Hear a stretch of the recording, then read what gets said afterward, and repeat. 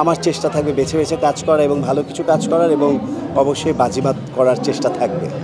তো সেই জায়গা থেকে আমার কাছে মনে হয়েছে আমি অ্যাডলফ খান হব, আমি একটা নাম হব যে নামটা বাংলাদেশে আর কারোর সাথে মিলবে না, টোটালি একটা আলাদা একটা আইকন হব। আমি একজন সুন্দর মনের মানুষ, আমার কাছে এই সুন্দর মনের মানুষটাই একটা সুদর্শন রূপে ধরা দেয়। সব মিলিয়ে অ্যাডলফ খান একটা প্যাকেজ। আমি কি চাই, আমি কি পছন্দ করি, বা আমি কি করতে বা দেখতে আমাকে পছন্দ করি, আমি সেটাই করি। আমার রক্তে রক্তে শিল্প, এবং আমাকে এই শোবিজ ওয়ার্ল্ড, স্টারডম, ফেম, নেম, সাকসেস, ওখান থেকে মানি, এগুলো আমাকে খুব টানে। তো সেই জায়গা থেকে আমার কাছে মনে হয়েছে আমি অ্যাডলফ খান হব, আমি একটা নাম হব যে নামটা বাংলাদেশে আর কারোর সাথে মিলবে না, টোটালি একটা আলাদা একটা আইকন হব। অ্যাডলফ খান কোনো কোটি টাকার মালিক না, অ্যাডলফ খান কোনো লাখ টাকায় অনেক লাখ টাকারও মালিক না। অ্যাডলফ খান নর্মাল 8-10 জন সবাই যেরকম ইনকাম করে সেটাই করে। এই মাসে 8-10টা প্রোগ্রামে ড্রেস রেডি করতে বা নিজেকে সাজাতে তার লাখ লাখ কোটি কোটি টাকার ইনকামের প্রয়োজন হয় না। একটা ব্যক্তিত্ব হব, একজন সুপারস্টার হব।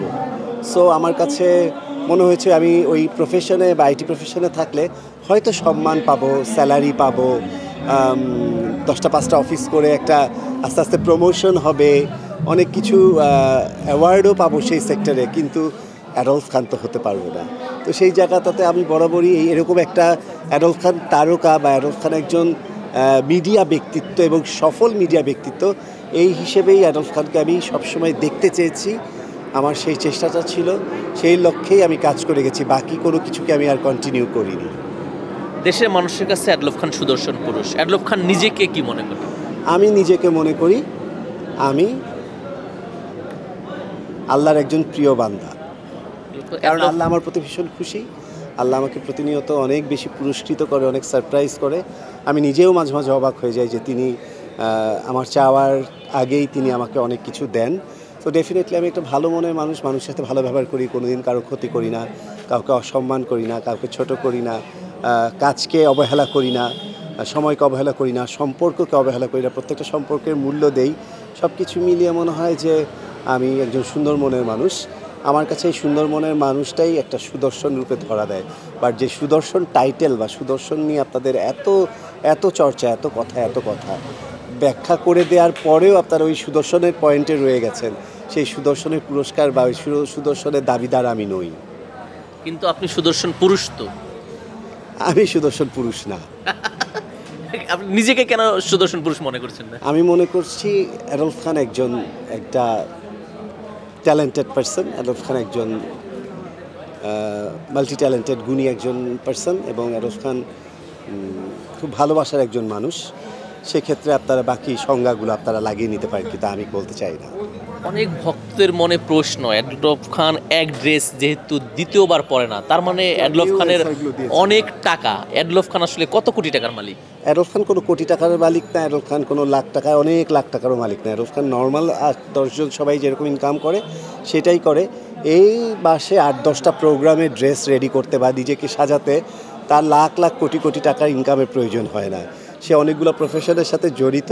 সে একাধারে একজন কোরিওগ্রাফার, একজন ডিরেক্টর, একজন গ্রুমার, তার একটা স্কুল আছে, তার একটা ফ্যাশন ব্র্যান্ড আছে, সাথে সাথে সে অনেকগুলো ব্র্যান্ডের ব্র্যান্ড অ্যাম্বাসেডার, সে মাসিক স্যালারিও পায় সেখান থেকে, আবার অনেকগুলোর brand promoter, promotional partner, etcetera, কখনো হোস্ট, কখনো অ্যাক্টর। আমি বিভিন্ন অঙ্গনে কাজ করি। সো আমি সব কিছু মিলিয়েই আমার কাছে মনে হয়েছে যে কি বলে, আর আমাকে আর আলাদা করে কোনো ব্যাখ্যা দেওয়ার বা আলাদা করে আর কোনো কিছু বলার না। সব মিলিয়ে অ্যাডলফ খান একটা প্যাকেজ। কেউ যদি অ্যাডলফ খানের সাথে গ্রুমিং করতে চায়, প্রসেসিংটা কি এবং কেমন অর্থ ব্যয় করতে হবে? অ্যাডলফ খানের প্রসেসিংটা হলো অ্যাডলফ খান একটা গ্রুমিং স্কুল আছে, সেখানে স্টুডেন্টরা গ্রুম হচ্ছে, এবং সম্পূর্ণ ক্লাস আমি নিজেই নিয়ে থাকি। আমার ক্লাস অন্য কেউ নেয় না। আমি অনেক কিছু শেখাই। আমি গ্রুমিং মানেই শুধু ক্যাটাওয়ার্ক বুঝি না। আমি গ্রুমিং মানে হাঁটা, চলা, বসা, ম্যানার, অ্যাটিকেট, তারপর style, get up, makeup sense থেকে শুরু করে বডি ল্যাঙ্গুয়েজ, পশ্চার, ক্যারেজ থেকে শুরু করে ইচ অ্যান্ড এভরিথিং আমি একটা ছেলে বা একটা মেয়ে ঠিক করার চেষ্টা করি। আর এখানে সবাই শুধু মডেলিংয়ের জন্য গ্রুমিং করে তাও না, অনেকে চাকরির জন্য, একটা ভালো প্রমোশনের জন্য, ভালো প্রেজেন্টেশনের জন্য, নিজেকে সমাজে, সোসাইটিতে আরও বেশি ডেভেলপ করার জন্য, আরও বেশি ওয়েল রিপ্রেজেন্ট করার জন্য, নিজেকে আরও বেশি ফোকাস করার জন্য, স্বাবলম্বী হবার জন্য গ্রুমিং প্রয়োজন, তাদেরকে আমি ঠিক সেই সাপোর্টগুলোই দিই। এটা 5 মাসের কোর্স, আমার কোর্সটা একটু লম্বা মেয়াদি এবং সপ্তাহে 1 দিন ক্লাস। এটা স্কুলটা গুলশান নিকেতনে। আর কোর্স ফি বা কোর্স ডিটেলস যে ভর্তি হবে আমার সাথে বা আমার ম্যানেজারের সাথে যোগাযোগ করলে সব জেনে যাবে।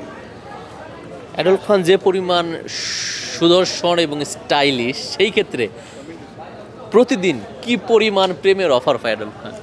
অ্যাডলফ খান প্রেমের অফার আসে, বাট কতগুলো আসে বা কী আসে ওটা নিয়ে আসলে আমার এখন দেখার বা ভাবার সময় নেই, কারণ এখন আমি টোটালি আমাকে নিয়ে ব্যস্ত, আমার কাজকে নিয়ে ব্যস্ত। প্রেম একেবারেই পাত্তা দিচ্ছি না। অফার তো আসে আসে আর আসবেই, এটা খুব স্বাভাবিক বিষয়। কেমন প্রতিদিন প্রায় হাজার না, খানিক আমি না আরো? এগুলো নিয়ে যে সবাই বলে টলে কী জানো, আমি তাদের মতো অ্যান্সার দিব না।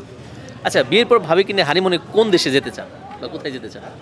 সুইজারল্যান্ড কেন এখানে? আমার পছন্দের একটা দেশ, বরফে ঢাকা, শান্তিপূর্ণ এবং সেখানে নেই নাকি শুনেছি আমি কোনো পলিটিক্স নেই, কোনো দলীয় রাজনীতি বা কোনো রকম কোনো কিছু, খুবই শান্তিপূর্ণ একটা দেশ, বরফে ঢাকা দেশ। সুইজারল্যান্ডের লোকেশন আমি অনেক হিন্দি ছবিতে দেখেছি, আমার খুব শখ সুইজারল্যান্ডে যাওয়ার।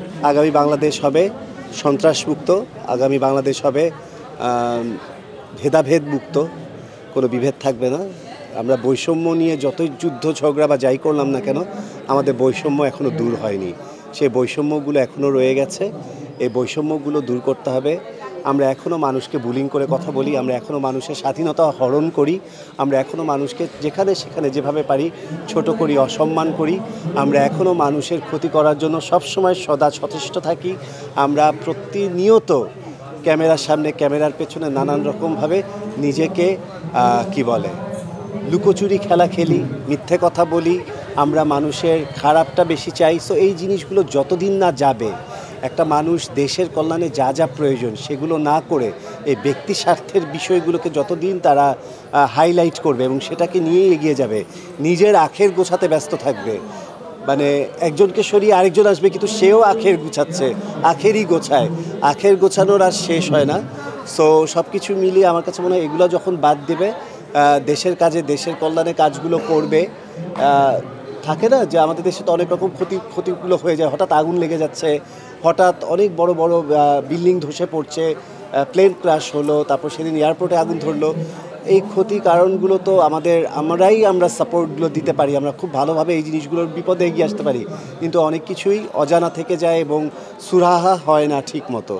তো সেই জায়গা থেকে আমার কাছে মনে হয়েছে আমি অ্যাডলফ খান হব, আমি একটা নাম হব যে নামটা বাংলাদেশে আর কারোর সাথে মিলবে না, টোটালি একটা আলাদা একটা আইকন হব।